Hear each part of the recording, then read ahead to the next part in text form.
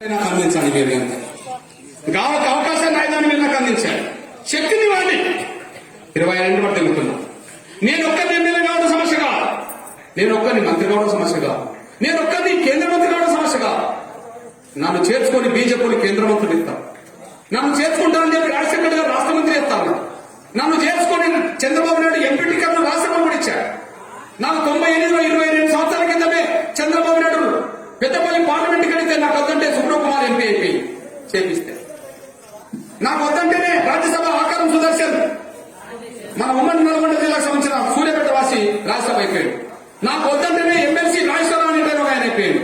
నాకు వద్దంటేనే వరంగల్ సీట్ రాజన్నకు వెళ్ళిపోయింది. మీ అన్న చెప్తున్నాను, నేను గెలవడం ముఖ్యం కాదు, ఏదో పార్టీలు అయితే నన్ను గెలిపించుకుంటారు.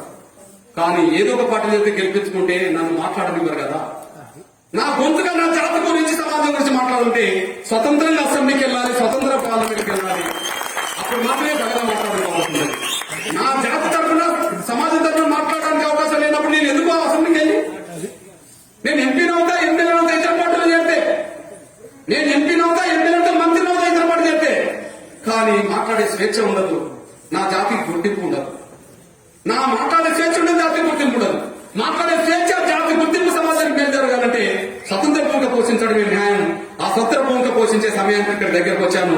మీ అన్న చెప్తున్నాను, నిజంగా స్వామ్యాల మీద గౌరవం ఉంటే, అంబేద్కర్ ఇచ్చిన ఓటు మీద మీకు నిజంగా గౌరవం ఉంటే, మీరు ఓట్లు అమ్ముకోకుండా మాదిగ బిడ్డగా, దండల బిడ్డగా ఎవరిని ఇక్కడ అభ్యర్థిగా నిలబెట్టినా ఆత్మసాక్షిగా మీరు అందరూ ఓటు పరంగా నిలబడగలిగితే, ఓటు పరంగా నిలబడితే, నేను 20 ఏళ్ల క్రితం ఒక ప్రకటన చేశా.